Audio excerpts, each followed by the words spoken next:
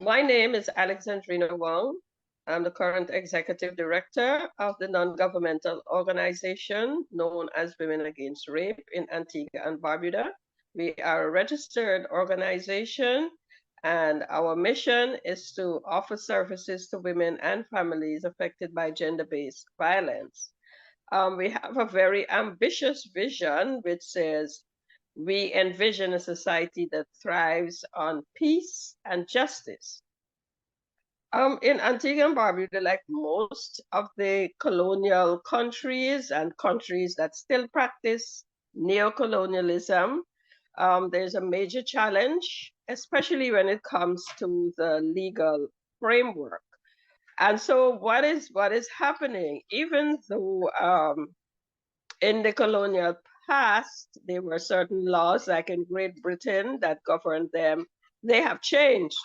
But here in the Anglophone Caribbean, those laws have not changed, or if they have been amended to the minimum. Our socialization process over the years, even though we may have advanced in different sectors of agriculture, when it comes to issues um, where certain groups of people in a country are not abiding by the norms and not exhibiting the expected behavior based on the biology, that group or those groups of persons tend to be pushed and exist or subsist at the margins of society. One such group is the LGBTQI plus community, and that is more so because of what our religious leaders think or feel about the whole issue of gender. So gender is seen or is misconceptualized, I may say, by the wider part of society, because as soon as persons hear the term gender, they think LGBTQI. They're not looking at gender as a social construct.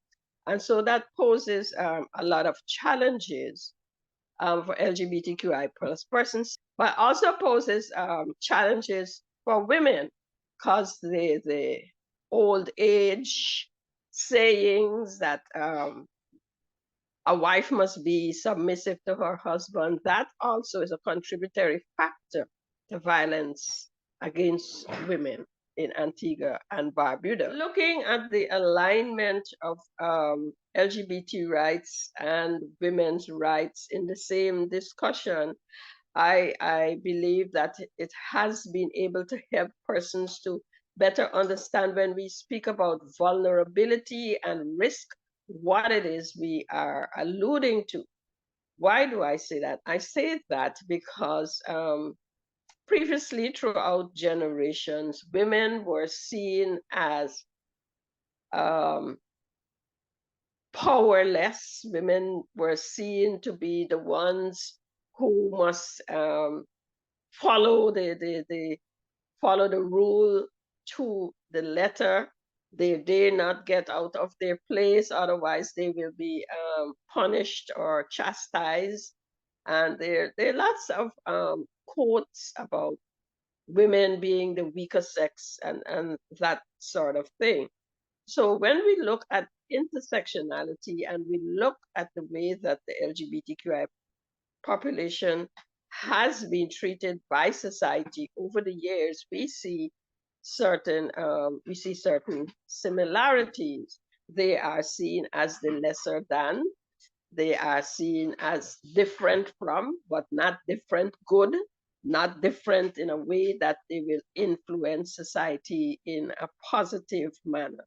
So that intersectionality means a whole lot. The media training from Kaleidoscope helped our work tremendously. That training helped us to look in a broader way as to what is it we need to tell the media, what is it we need the media to understand and help them to know that the LGBTQI plus population is not a population to be feared, but rather a population to be embraced, a population who has rights just as everyone else does.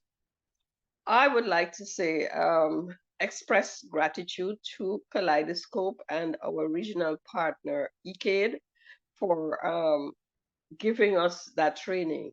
It has certainly come in handy, not only to deal with the case and the judgment outcomes, but it has also equipped us with skills and abilities so that we can speak to members of the public.